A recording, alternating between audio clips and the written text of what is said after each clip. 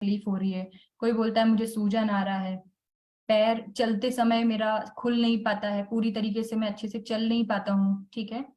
हमारा जो ankle joint है, हमारे नी जॉइंट है, हिप जॉइंट है, तो क्या क्या हमारे सारे जो भी जोड़ हैं शरीर के अलग अलग तरीके के, उसमें क्या क्या खराबी होती है, उन सभी चीजों के लिए आज हम लोग यहाँ पे जो सेशन कर रहे हैं, दैट इज जॉइंट्स प्रॉब्लम, जिसको हम लोग अर्थराइटिस बोलते हैं कॉमनली, उसको ऑस्टियो अर्थराइटिस या फिर रूमेटॉइड अर्थराइटिस या फिर गाउट, जो मेनली हमारी बॉडी के अंदर प्रॉब्लमेटिक कंडीशन होती है, वो इनसे जुड़ी हुई होती है।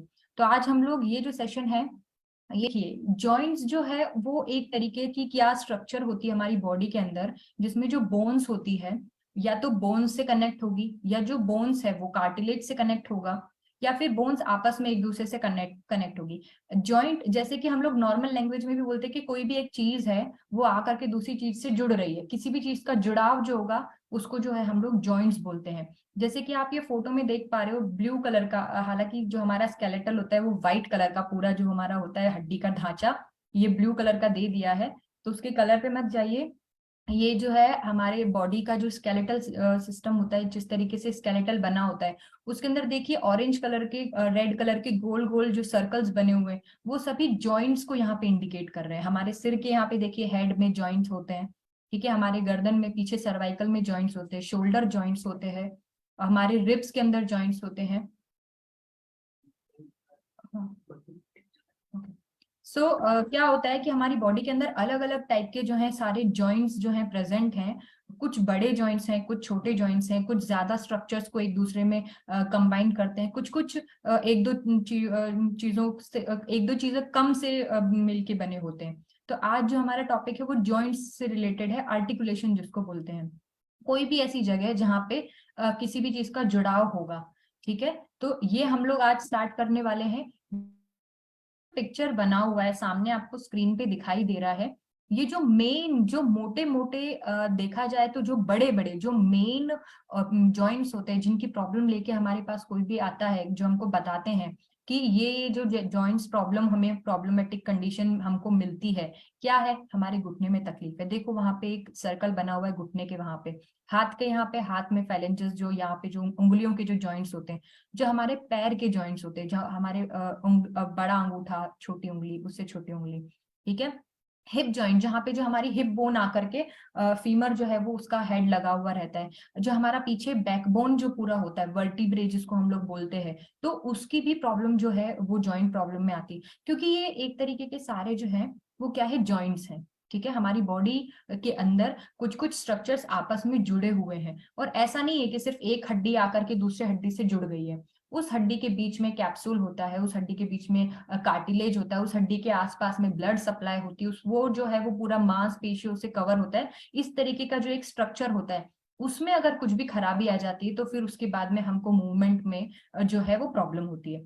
तो ये हमारी बॉडी के जो मेन, देखो ये जो मैं बता रही हूँ, नी जॉइंट हो गया, अपना वर्टिब्रे हो गया, फुट हो गया, हैंड हो गया, ये मैं क्यों बता रही हूँ, क्योंकि कोई भी इंसान आपके पास ऐसे नहीं बोल के आएगा कि मेरे सिर के जो मतलब स्कल बोन के जो जॉइंट है उसमें पेन हो रहा है, ठीक है ना। जनरली जो मोटा मोटा हमको जहाँ पे डिजीज मिलती है वो ये वाला जो एरिया है यहाँ पे मिलती है, ठीक है।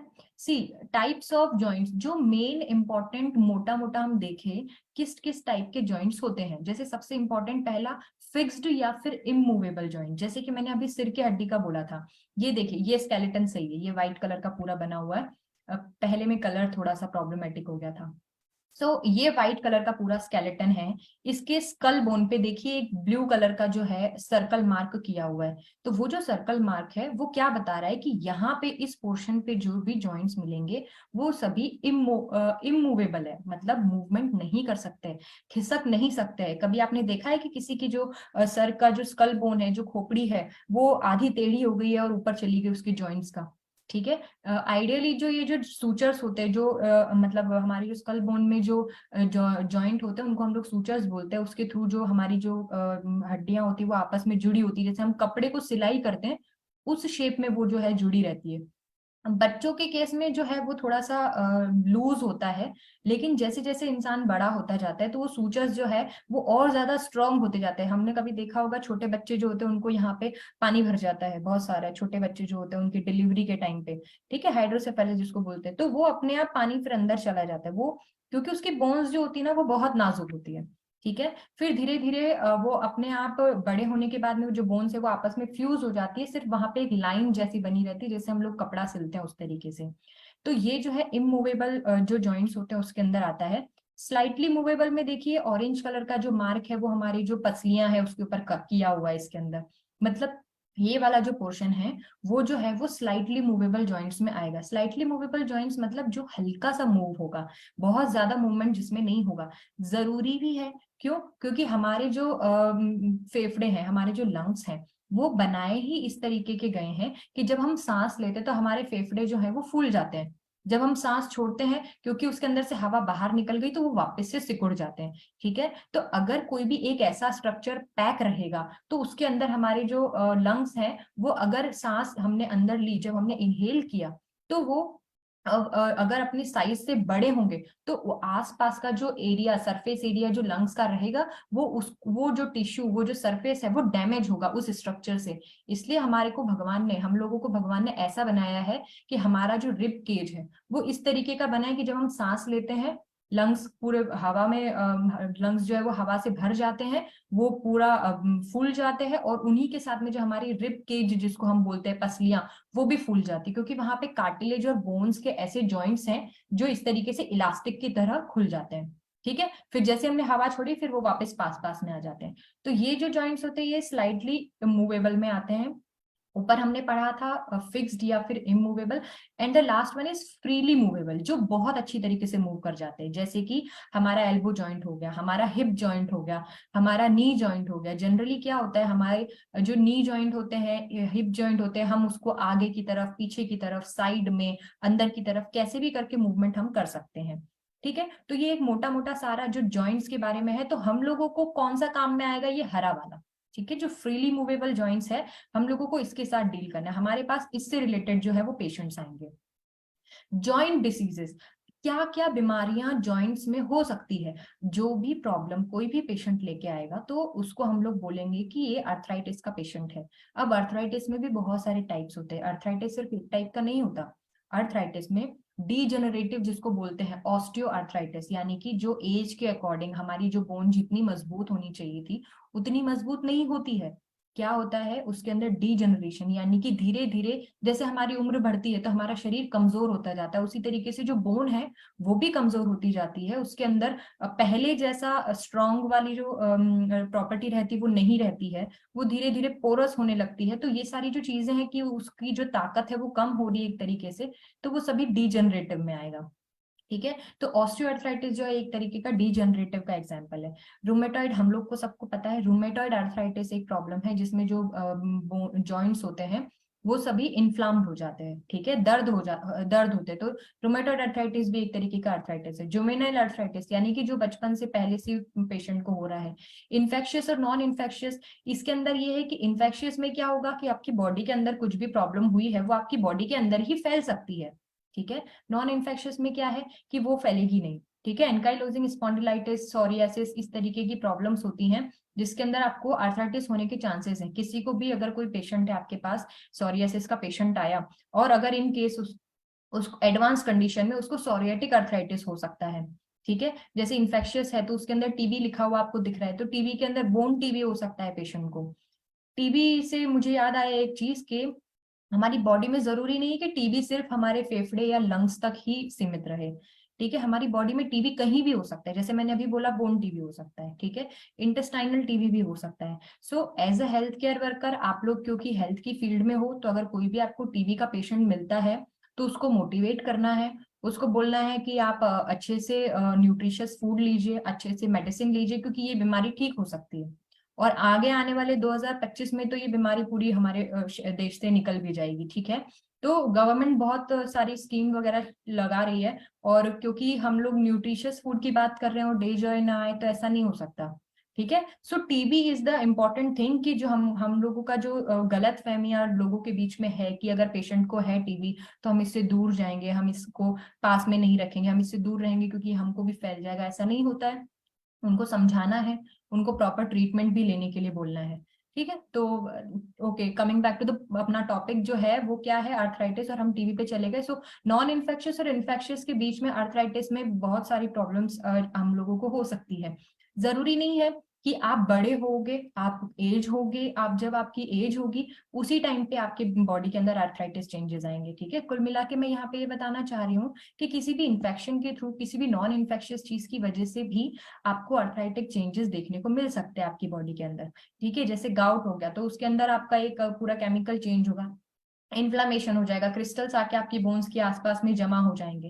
ठीक है। ट्यूमर्स, मान लीजिए जैसे ये जॉइंट है, मेरे हाथ की तरफ देखिए, जैसे ये जॉइंट है हमारी बॉडी का, ये एक हड्डी आकर के दूसरे हड्डी से मिलकर के जुड़ रही है, और अगर इस हड्डी के बीच में यहाँ पे एक मोटा सा बलून या कुछ भी इस तरीके का स्ट्रक्चर आके बन जाए तो ये हड्डी मूव नहीं हो पाएगी, क्योंकि वो जो है वो इसको रेस्ट्रिक्ट करेगा मूव करने के लिए। तो इसी तरीके से ट्यूमर जो है, ये कार्सिनोमा हो गए, ये वो वाली कंडीशन है जिसके अंदर हमारे जो बॉडी के जो जॉइंट्स हैं उनका मूवमेंट जो है वो रेस्ट्रिक्ट होता है। तो ये एक मोटा मोटा जो है आर्थराइटिस के बारे में मैंने बताया आपको।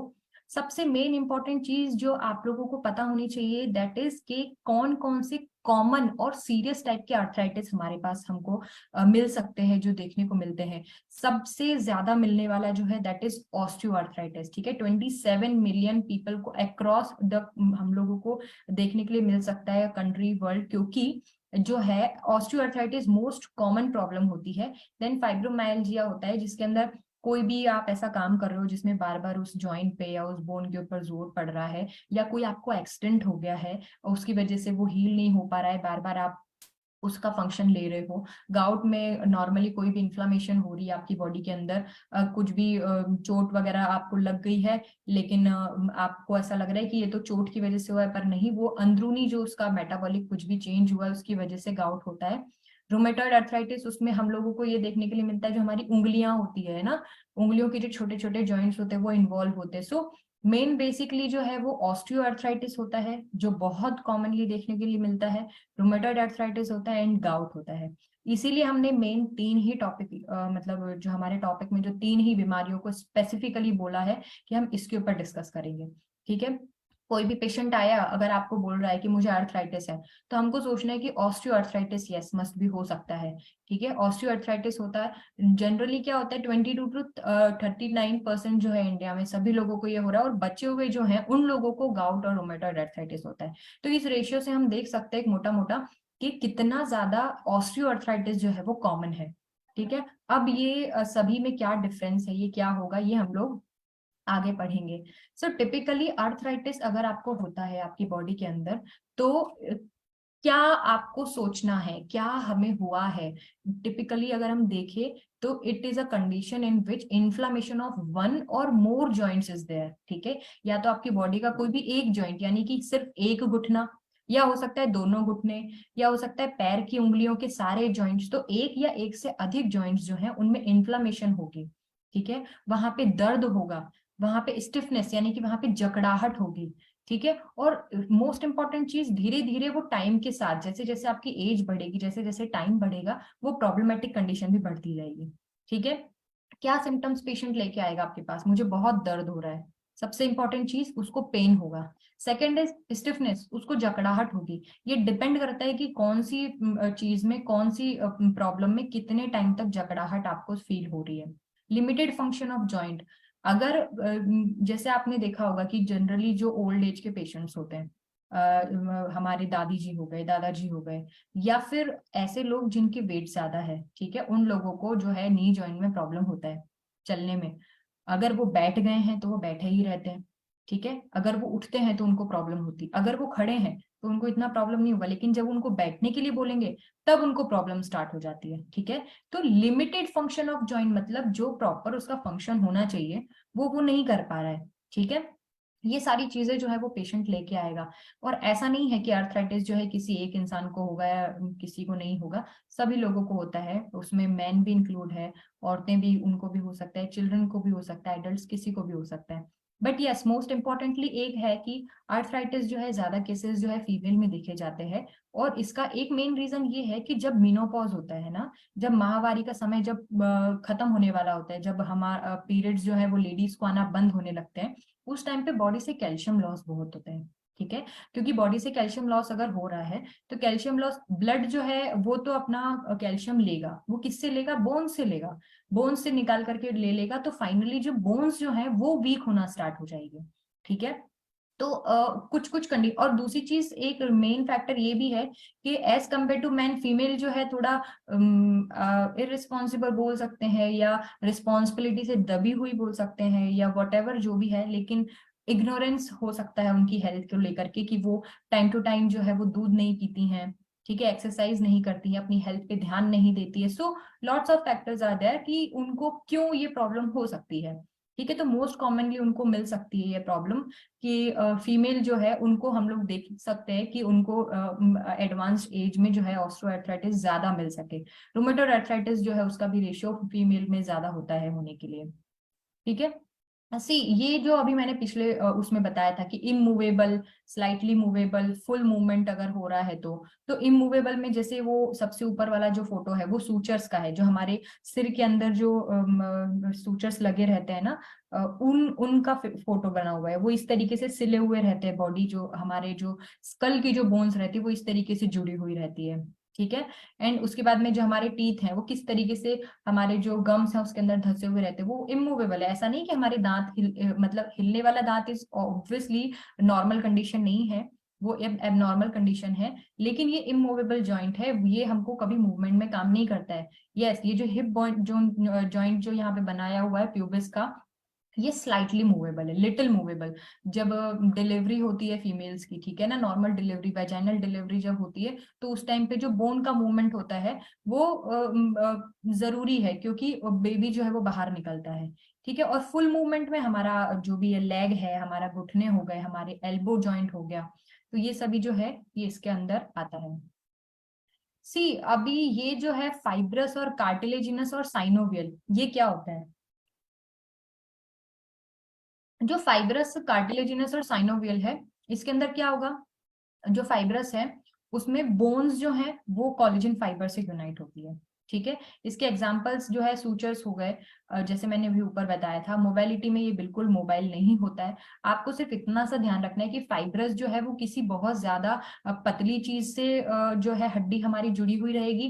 कार्टिलेजिनस में आप ये सोच सकते हो कि कार्टिलेज मतलब जैसे हमारा कान, ये जो कान का पिन्ना है ये क्या है? ये कार्टिलेज है, मतलब ये हड्डी से नरम है, लेकिन जो मसल्स वगैरह है इससे थोड़ा सा कड़क है। ठीक है, हार्डनेस अगर हम देखें तो ये स्लाइटली मोबाइल हो सकते हैं, या फिर हो भी सकता है कि ये भी इमोबाइल हो। लेकिन साइनोविल जो होते हैं, साइनोविल यानी कि ये कि कोई भी एक जॉइंट है, यहाँ पे जॉइंट बन रहा है, एक हड्डी दूसरी हड्डी से जुड़ रही है, इसके बीच में कोई तो भी पानी भरा हुआ है। ठीक है, कोई तो भी ऐसा स्ट्रक्चर है जो इसके ऊपर मूवमेंट होगा या ऊपर नीचे जाएगा, तो इस तरीके से साइनोवियल है।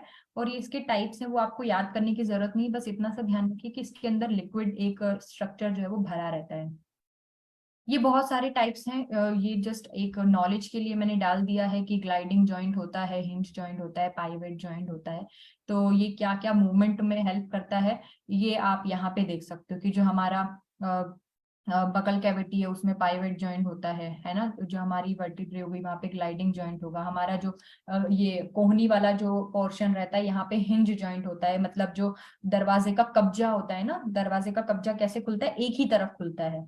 ठीक है, और अपने हैंड्स, ये जो अंगूठे और ये हो गए, यहाँ पे सैडल जॉइंट होता है। तो ठीक है, एक आइडिया के लिए बोल दिया है। सी दिस इज इम्पोर्टेंट, आपको इसके ऊपर ध्यान देना है। यहाँ पे आपको क्या क्या दिख रहा है, ये सारी चीजें आपको पता होना चाहिए। क्यों पता होना चाहिए? तभी आप उनको, पेशेंट को ये एडवाइस कर सकते हो कि आपको क्या खाना है, आपको क्या नहीं खाना है, किस तरीके से हमारी बॉडी का हमको ध्यान रखना है।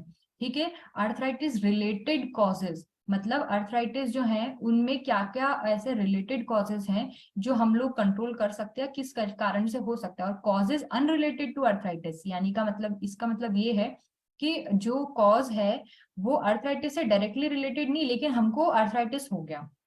ठीक है, तो सबसे इंपॉर्टेंट, और दूसरा देखिए, ये जो फोटो एक बना हुआ है जिसमें बीच में एक लेडी बनी हुई है, जिसमें कंट्रोलेबल कॉजेज ऑफ अर्थराइटिस बताया गया है।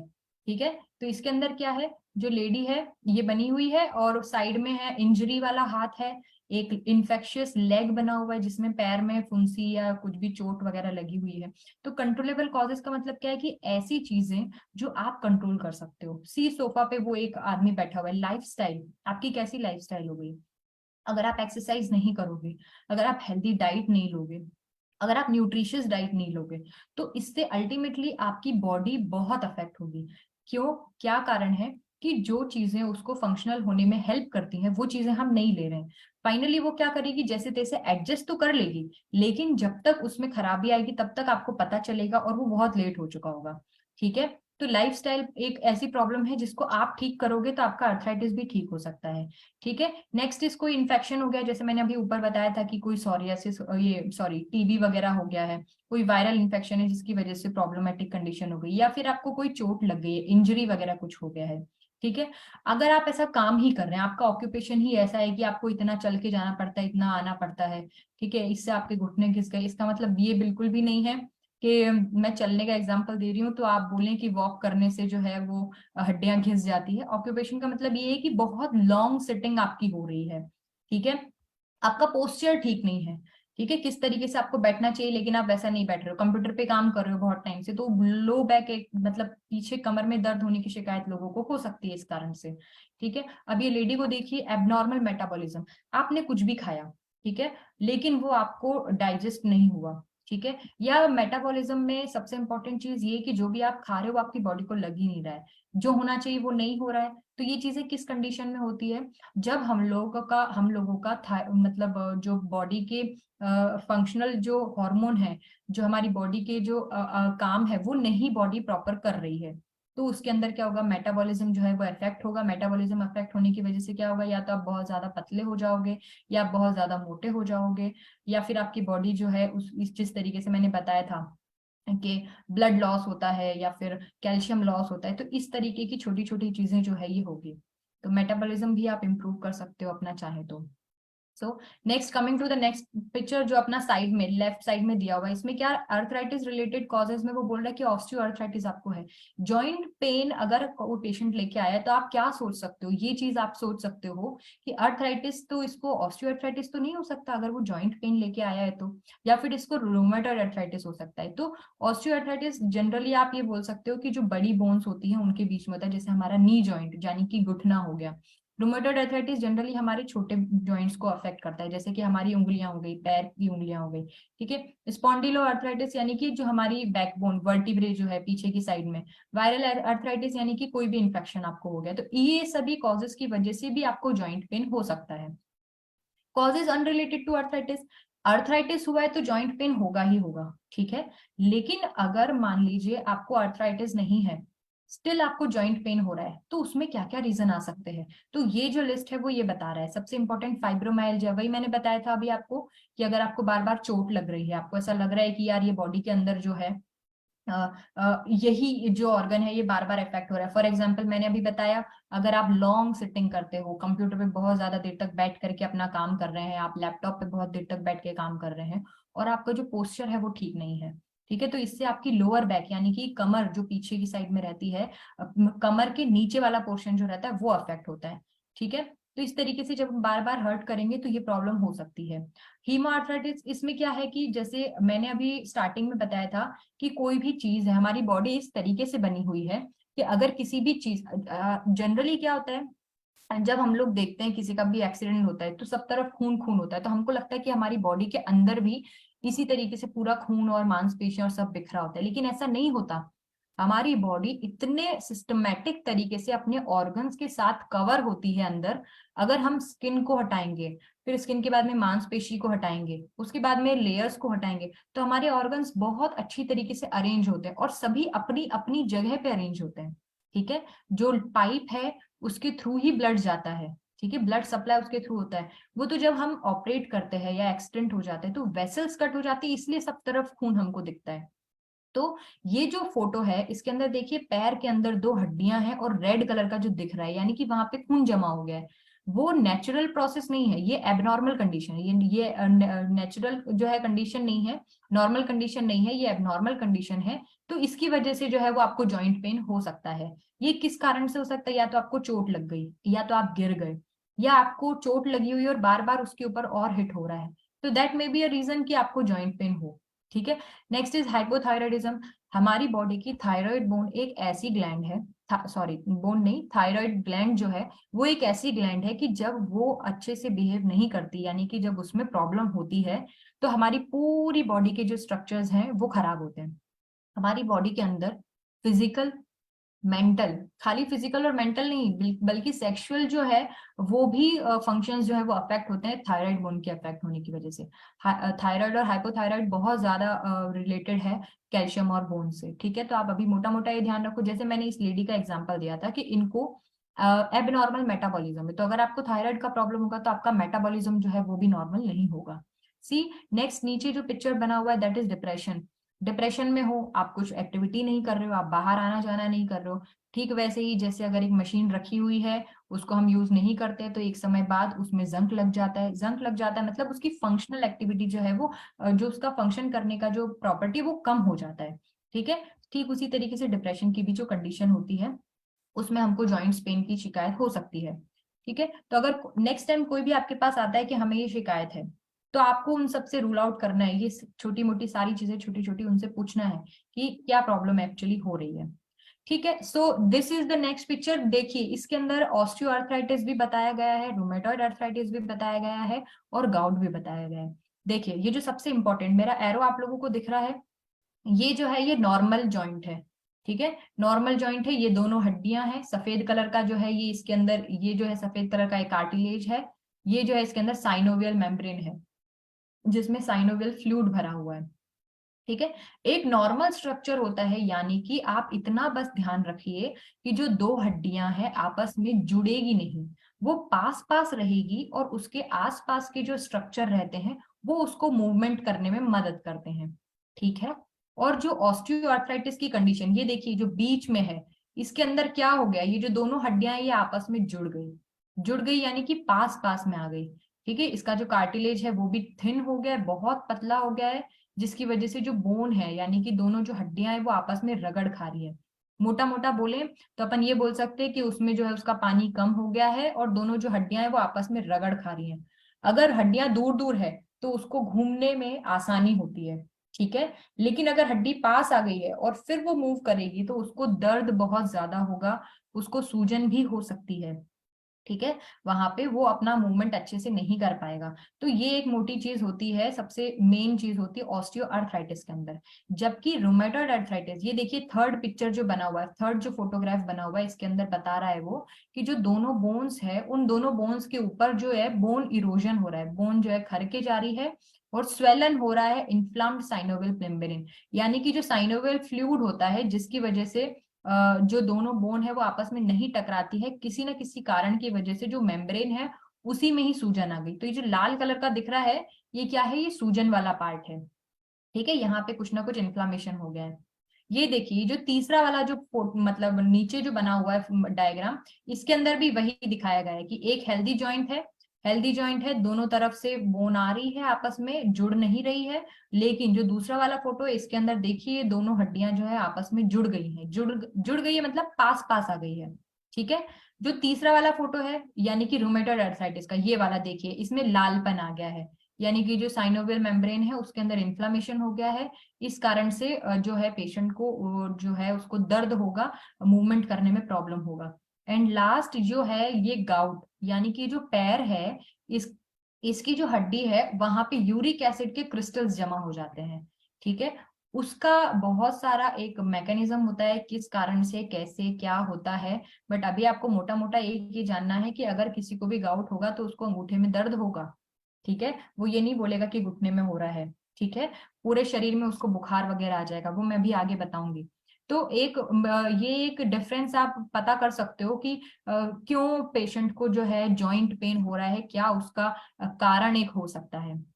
ठीक है। ये है डिफरेंशियल डायग्नोसिस। डिफरेंशियल डायग्नोसिस मतलब क्या होता है कि जिस तरीके से हम देखें कि जो फंक्शन हो रहे हैं हमारी बॉडी के अंदर, क्या हो रहा है, ऑस्टियोआर्थराइटिस अगर हुआ है तो सिर्फ बोन के पास में ही पता चलेगा कि दर्द हो रहा है, जैसे सिर्फ घुटना है वो अफेक्ट होगा। लेकिन अगर रूमेटॉइड अर्थराइटिस है तो उसके अलावा पेशेंट को थकान भी होगी, ठीक है, उसको बॉडी के अंदर दूसरे फंक्शंस भी उसको लगेगा कि कुछ ना कुछ अफेक्ट हो रहा है। जबकि अगर गाउट होगा तो पूरे बॉडी में उसको हो सकता है बुखार भी आए, ठीक है, हो सकता है उसको और भी सिस्टमिक यानी कि और भी दूसरी बॉडी से रिलेटेड उसको सिम्टम्स मिल सकते हैं कि उसको बहुत ज्यादा दर्द हो रहा है, इन्फ्लामेशन हो रहा है, ठीक है। ड्यूरेशन ऑफ मॉर्निंग स्टिफनेस यानी कि जकड़ाहट तो सभी जॉइंट्स में होती है, ठीक है, लेकिन हम एक मोटा मोटा ये पता कर सकते हैं कि जो ऑस्टियोआर्थराइटिस है उसके अंदर 30 से 60 मिनट से कम यानी कि आधा से पौना घंटा से कम होगा और स्टिफनेस उसकी ठीक हो जाएगी। लेकिन जो रूमेटॉइड अर्थराइटिस होती है उसके इसमें क्या होता है कि जो जकड़ाहट रहती है वो थोड़ी ज्यादा समय तक बनी रहती है, लेकिन ऐसा जकड़ाहट वाला कुछ भी जो है गाउट में देखने के लिए नहीं मिलता, ठीक है। तो ये एक मोटा मोटा डिफरेंस है कि हमको क्या क्या कारण है कि पता चल जाए, जैसे कि एज जो है, ऑस्टियोआर्थराइटिस जो है वो जो लगभग 50 साल या उससे ज्यादा, ये ऐसा क्यों बोल रहा है, क्योंकि ये डीजनरेटिव है। डीजनरेटिव में क्या होता है, जैसे मैंने बताया था कि आपकी जैसे जैसे उम्र बढ़ेगी तो ये प्रॉब्लम आपको हो सकती है, लेकिन ऐसा गाउट के साथ में नहीं होता, ठीक है। रोमेटॉइड अर्थराइटिस और कम एज में भी हो सकता है, ठीक है, इस तरीके से। और मूवमेंट जो है वो मूवमेंट करने में बहुत प्रॉब्लम होती है ऑस्टियोआर्थराइटिस में, जबकि रूमेटॉइड अर्थराइटिस में इतनी प्रॉब्लम नहीं होगी, दर्द होगा लेकिन ऐसी बात नहीं है कि दर्द नहीं होगा उसको। लेकिन जो ऑस्टियोआर्थराइटिस है उसमें उसको बिल्कुल सहन ही नहीं होगा, दर्द इस तरीके से होगा। तो ये एक मैंने आपको डिफरेंस बताया है कि किस तरीके से ऑस्टियोआर्थराइटिस, रूमेटॉइड अर्थराइटिस और गाउट जो है हमारी बॉडी में होता है, किसको कैसे क्या इफेक्ट करता है। Now come to the management point. हमको अगर कोई आ तो गया, पता चल गया कि ये है, करना क्या है, देना क्या है, ठीक है। तो नॉर्मली आयुर्वेदा में स्नेहन स्वेदन लेप वगैरह लगाने के लिए बोला गया है। जो भी अफेक्टेड पार्ट है, जो भी अफेक्टेड जॉइंट है, वहां पे हम लोग स्नेहन करते हैं यानी कि ऑयल, ठीक है। अब स्नेहन स्वेदन यानी कि पंचकर्म का बहुत अच्छा इफेक्ट होता है आयुर्वेद के अंतर्गत। तो स्नेहन और स्वेदन करते हैं, लेप हम लोग बहुत सारे जो अलग अलग तरीके के होते हैं जो लगाते हैं, और मेडिकेशन हम उनको देते हैं खाने के लिए। हमारे पास क्या क्या है, हम उनको क्या क्या दे सकते हैं, हम उनको टैबलेट ऑर्थोफिक्स बोल सकते हैं, 2 गोली सुबह शाम लेने के लिए खाना खाने के बाद, ठीक है। हम लोग उनको बोल सकते हैं टैबलेट कैल्शियम लीजिए 2 गोली दिन में एक बार, ज्यादा लेने की जरूरत नहीं है, 2 गोली ले सकते हैं आप, खाना खाने के बाद में लेना है, दिन में एक बार लेना है, ठीक है। ऑर्थोफिक्स जो ऑयल है that is very good in this, आपको कुछ नहीं करना है, सिर्फ उस ऑयल से लेकर के उनको बोलना है हल्के हाथ से आप मालिश करिए जहां पे भी आपको चोट लगी है, ठीक है। क्विक 6 जो जेल रहता है उससे आप एप्लीकेशन करवाइए, अपना लोकल एप्लीकेशन जो होता है, ठीक है। मल्टीविटामिन जो है उनको बोलिए खाने के लिए, ठीक है। कैप्सूल सुपर फूड दीजिए 2 BD, मतलब सुबह और शाम को खाने के लिए। तो जनरली क्या होता है, डीजनरेटिव जो चेंजेस होते हैं हमारी बॉडी के अंदर, या कोई इन्फ्लामेशन हो गया है तो ये हम दवाई खाते हैं तो उससे बहुत आसानी से फर्क पड़ता है। जो चीज हम बाहरी तौर पे करते हैं और अगर हमने उसको खा के ठीक किया, तो खाने से जो होता है वो और ज्यादा इंप्रूवमेंट हमारी बॉडी के अंदर हमको देखने के लिए मिलता है। So let's come to our, हमारी जो मेडिसिन है क्या है, ऑर्थोफिक्स। बहुत अच्छी मेडिसिन है, बहुत अच्छा वर्क करती है। किस तरीके से इसके अंदर जो इंग्रेडिएंट्स, जो ड्रग्स डली गई है, वो सारी जो ड्रग्स है वो इस तरीके की है, जो जॉइंट पेन होता है उसमें जो स्वेलिंग होती है उसको कम करती है, उस जॉइंट के पेन को कम करती है, उसकी स्टिफनेस को कम करती है, उसकी इन्फ्लामेशन को कम करती है, ठीक है। रोमेटॉइड अर्थराइटिस हो चाहे ऑस्टियोआर्थराइटिस, दोनों में ये अच्छा काम करेगी, ठीक है। किस तरीके से ये काम करेगी, जो उसके आसपास का जो ब्लड सप्लाई है उसको इम्प्रूव करेगी, ठीक है।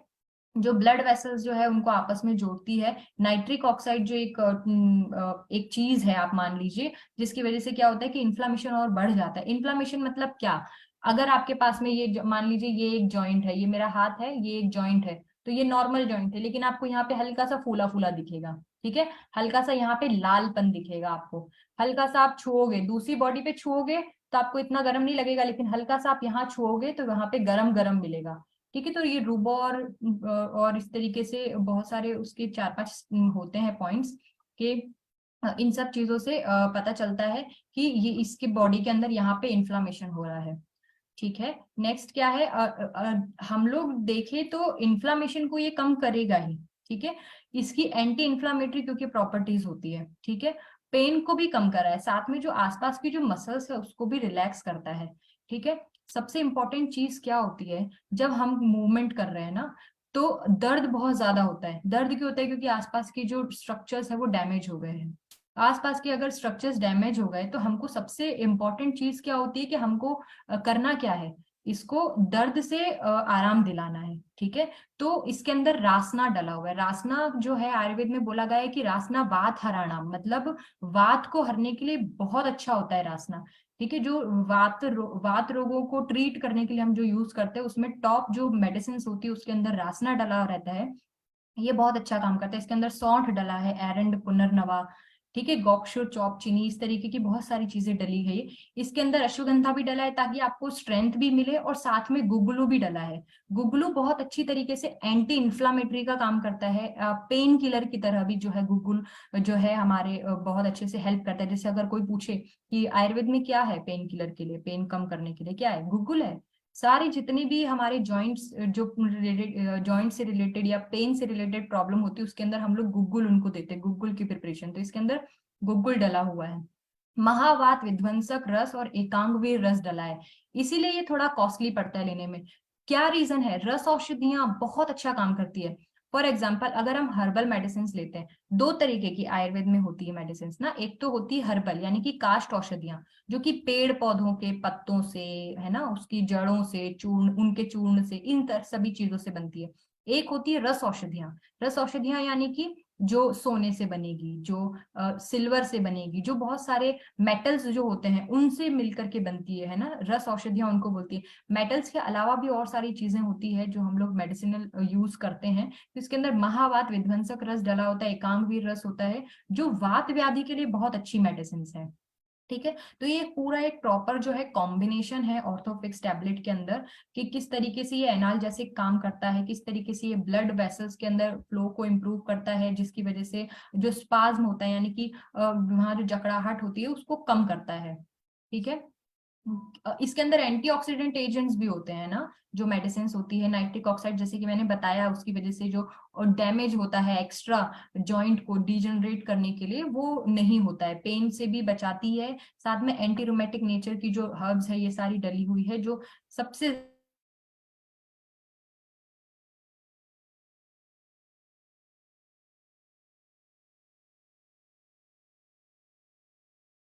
मूवमेंट करने लगेगा ना, तो ये दर्द में बहुत अच्छा आराम दिलाती है। Next is calcium. इसमें मेडिका को सटाइवा करके एक प्लांट रहता है, उन सभी चीजों का मेडिसिन डला रहता है। इसके अंदर potassium, phosphorus, iron, vitamin A, C, E, K, ये सभी चीजें जो रहती है। अल्फा अल्फा एक मेडिसिनल ये है अपना, जिसको मोरिंगा ओलिफेरिया बोलते हैं, जिसकी बार्क से मिलके बनता है, जो कि ब्लड शुगर को भी कंट्रोल करता है, साथ में कोलेस्ट्रॉल को भी कंट्रोल करता है। एंटीऑक्सीडेंट इसके अंदर प्रॉपर्टी होती है। एंटी इन्फ्लामेटरी जो है इफेक्ट होता है। एंटी इन्फ्लामेटरी जैसे कि मैंने बताया था कि कोई भी जॉइंट है वहां लालपन आ गया है, सूजन आ गया है, तो उसको भी कम करेगा। ठीक है, साथ में स्ट्रेंथ प्रोवाइड करती है, इन्फ्लामेशन को इम्प्रूव करती है, हीलिंग प्रोसेस जो होती है उसको बूस्ट करती है, उसको जल्दी ठीक करने में मदद करती है।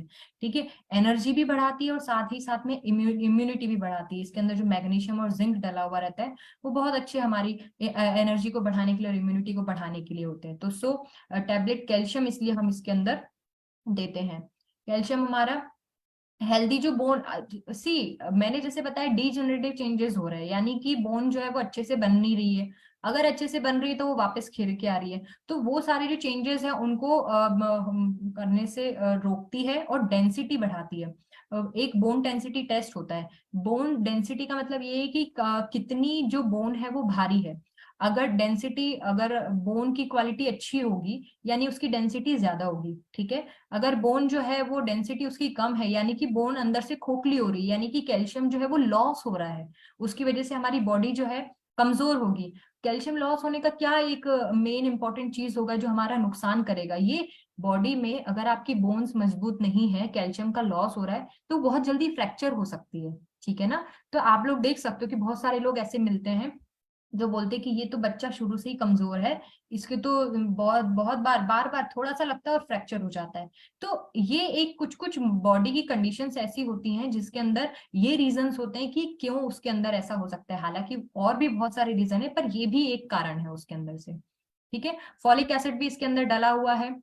ठीक है, जो कि नए सेल्स हैं उनको बनने में हेल्प करता है, और उसके बाद में जो डीएनए में चेंजेस होते हैं उसको भी बचाता है, वो वाले चेंजेस जो कैंसर होने में हेल्प करेंगे। ठीक है, B12, विटामिन B12 होता है बॉडी के अंदर, जो ब्रेन है हमारा, नर्वस सिस्टम जो है, सॉरी, उसको न्यूरिश करता है।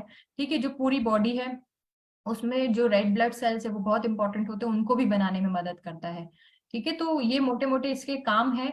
नेक्स्ट, क्विक सिक्स, जैसे इसका नाम है क्विक सिक्स, ठीक है, बहुत जल्दी इसमें राहत मिलती है।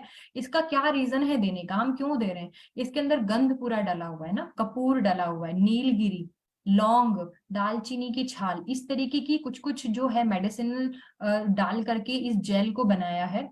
ये क्या काम करेगा, जो हम कोई भी अफेक्टेड एरिया है वहां पे उसको बोलेंगे लगाने के लिए पेशेंट को कि आप इसको लगाइए, तो स्टिफनेस जो है, पेन जो है, वो जो पार्ट पे हो रहा है उसको कम करेगा। इसका हल्का सा जो हम उसको वहां से लगाएंगे तो ये स्किन के थ्रू जो है वो एब्जॉर्ब हो जाता है, और जो रिलेटेड पार्ट है जहाँ पे अफेक्टेड एरिया है वहां पे पेन से और जो स्टिफनेस है उससे राहत दिलाता है। इसको जनरली हम लोग नी जॉइंट पे लगा सकते हैं। ठीक है, स्पेशली इसको शोल्डर के लिए हम दे सकते हैं, किसी को अगर अपने हील में प्रॉब्लम है उसमें दे सकते हैं। लोअर बैक पेन अगर किसी को है तो उनको बोल सकते हैं कि आप इसको लीजिए।